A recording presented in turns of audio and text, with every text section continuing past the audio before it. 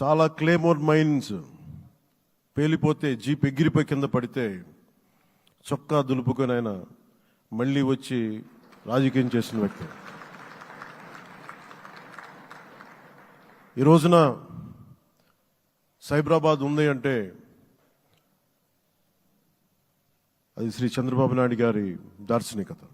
అలాంటి వ్యక్తి,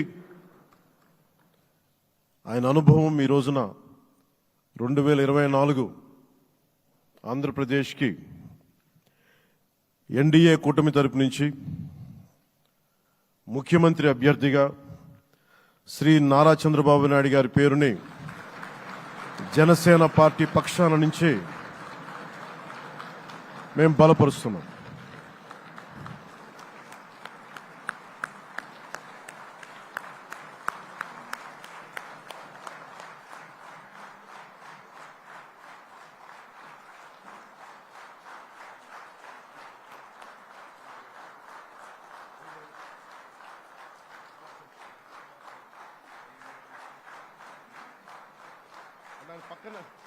ఇది నేను ఆయన పక్కన పెట్టుకుని చెప్పాలి.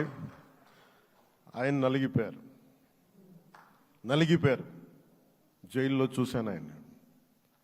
పాపం భువనేశ్వర్ గారి బాధను చూశాను. నేను అనుకున్నాను, అమ్మ మీరు కన్నీళ్ళు పెట్టకండి, మంచి రోజులు వస్తాయని చెప్పిన మంచి రోజులు వచ్చినాయి.